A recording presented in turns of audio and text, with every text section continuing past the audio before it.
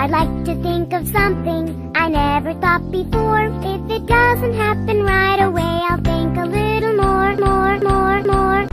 What is happening in Hollywood? I'm a fan of man! His number is 666. You're a busy girl. You've got a CD out. You've got a clothing line. You're an ambassador, right? And I don't know how you have time to date Justin Bieber. Who in their right mind, Kevin, could possibly deny the 20th century was entirely mine? Like, I went and stayed with this pastor in New York for like 2-3 weeks. And it was uncomfortable for me. Like, I felt like I wasn't good enough to be around these people who are like so-called, perfect. The singer made headlines earlier this week after canceling his concert tour, with speculation rampant that Bieber wants to focus on his spirituality. All of it, Kevin! The Disney movies all along have been tailored for this trauma-based mind control.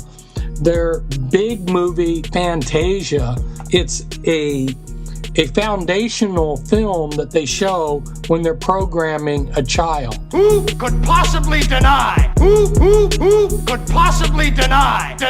Who could possibly deny the 20th century was entirely mine? All of it, Kevin!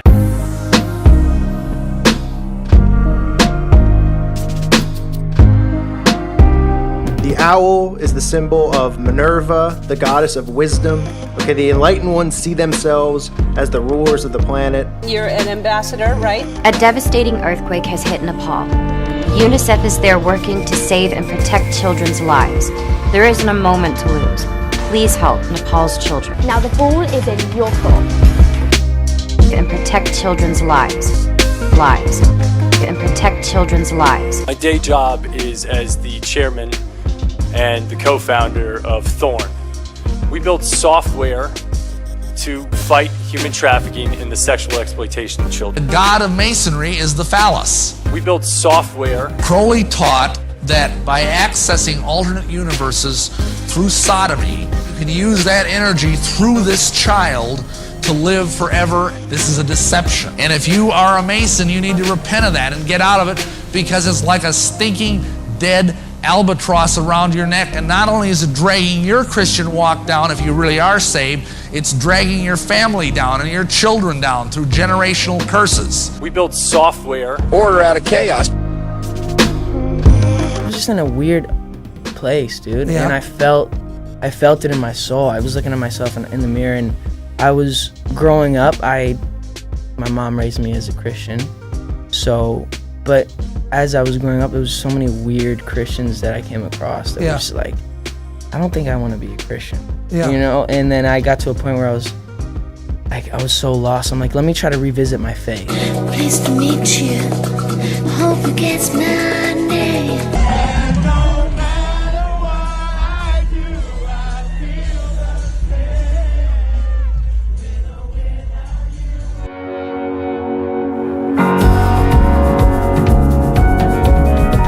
You go to the official UNICEF Masquerade Ball, and this is the UNICEF Masquerade Ball from 2017.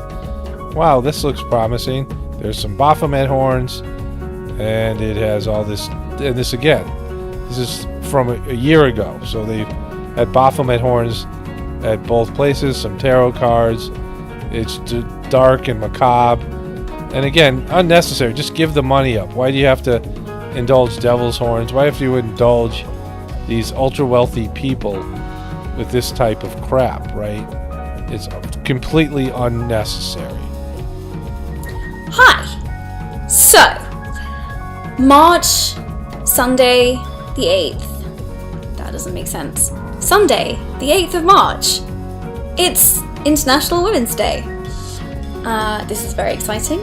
And I hope that you will also be excited, because I am going to be conducting a live Q&A in London, answering your questions about gender equality.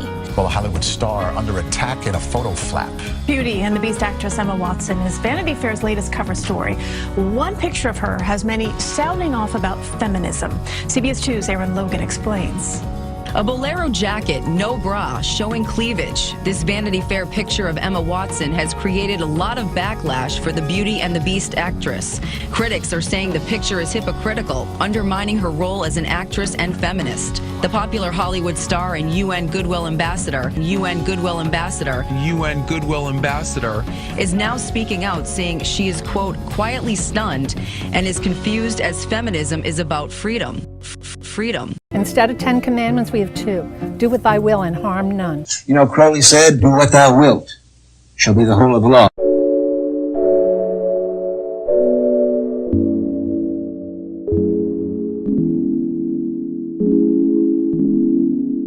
Is Justin Bieber to Hillsong what Tom Cruise is to Scientology? No, it's apples and oranges.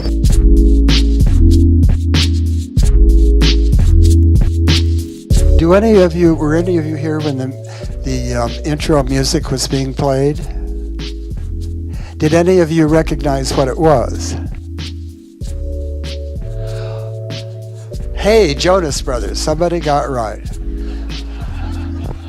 Okay, well, what is my connection with the Jonas Brothers? Okay, there is one, and this is the first time a public announcement. And you see, they're under contract to an entity called DISNEY, Disney.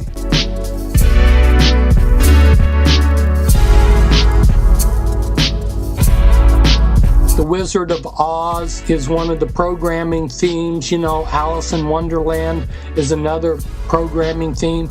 And you see these regularly discussed or shown on television. And I would like to remake my film Mouse Heaven, that's a homage to an early creation of the Disney entity, which is called Mickey Mouse. I'd like to remake it in real D. Expensive, but if the Disney people ever said okay, I could. Have any of you seen Mouse Heaven? Okay, well, it is a study of the world's best collection of Disney toys and artifacts from 1928 to 1935, when they were at their stylistic peak. And it's a collection of Mel and Eunice Bernkrant in Cold Spring, New York, which is on the river opposite West Point. And they said, sure, bring it back and we'll redo it in 3D. So maybe that'll happen. I'm hoping.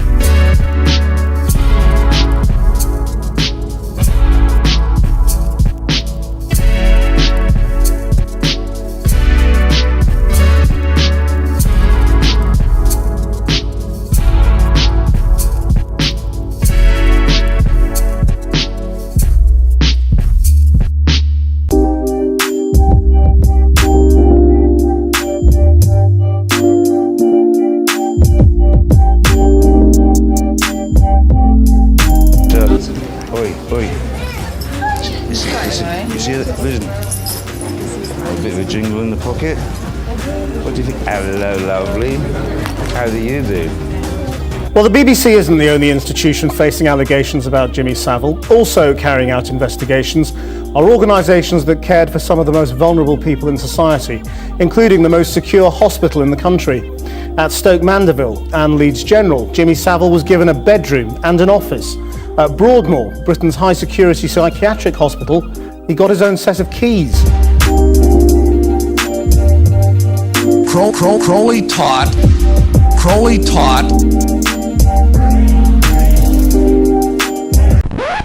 Shall I tell you a very good fix that I did with a young lady at Buckingham Palace? I was at a reception at Buckingham Palace. That's the place where the Queen lives and Prince. I know, they keep the Queen there. And it's not an easy gaff to penetrate. Very, very... Wait a minute, what's that? Not an easy... It's not an easy place to get into. That's yes. right. Yeah. So I was at this reception, and there was a very nice lady and gentleman said to me, my daughter would be so pleased to know that I've met you and this, that and the other. And I said, oh yes. Where is she? And they said, she's in the back of the car. I said, what, in the boat? I said, no, we've sneaked her in the back of the car so she can say she's been in the palace courtyard. I said, and you've got her stuck out there? I said, oh, leave it to me. And they went, no, please don't. And they grabbed her. I said, no. So I went to see a minder and said that I've got this situation and I'm bringing a friend in. So I said, listen, who's going to object to you? So I said, all right. Now, the palace staff are the most excellent people, right? On the way out, I explained very briefly what I was doing. Leave it to us.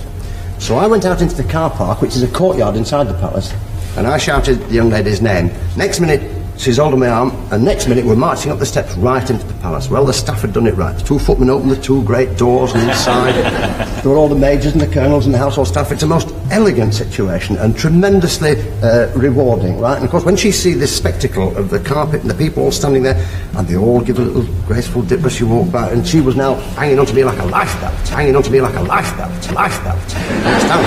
Right? And we walked up the steps and into the room where the reception was, in a room called the Bow Room. And fantastic luck, Prince Philip, who was a marvellous geezer, happened to be just standing inside the door, parroting to somebody. So I went. It's a pre-arranged signal, no doubt. Well, no, there's not a lot of people go inside the palace. People do. So he slung the butchers, right, like this. See me, and I do the nod, put a kid away. So he doesn't know where this young lady's appeared from, with a long coat on and bunker jewels, but he has given the beautiful smile, and she's gone, Urgh. I've got a text from Hyder in Oakhampton who just says simply, will Jimmy Savile now be stripped of his knighthood, please? The mind control makes me sick.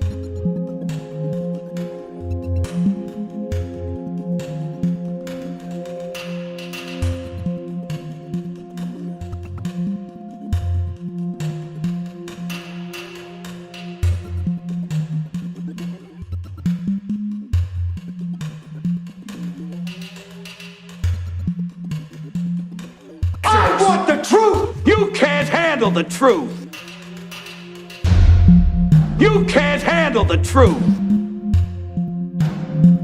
I want the truth! There's different, you watch these models and you watch these Hollywood stars, and these women are dressed up as kittens. They can't stay away from the kitten programming, the sexual programming. You know, Alice in Wonderland, Alice in Wonderland, Alice in Wonderland. I want the truth! So it's just like the symbolism and the occult is kind of always in the peripheral. I am definitely drawn to the occult.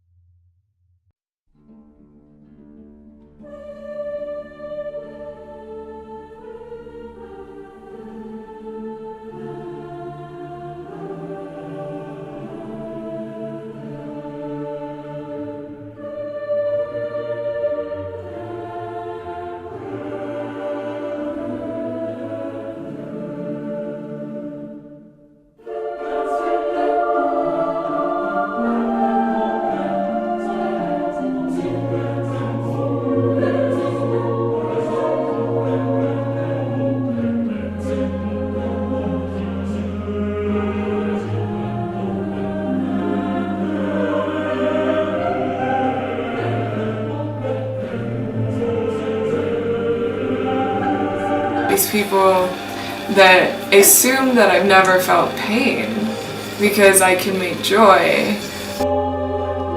The story of Alice in Wonderland was given to me as a kid, and that I had adapted that story as being this kind of like, you know, gatekeeper. You can't handle the truth! You have such a strong interior world, but the exterior world you have no control over. And so there's something so vivid about a rainbow because it's so beautiful, but it's like, it's something that's had to come from like insane storm clouds and, you know, like clashes, and it has to be from that.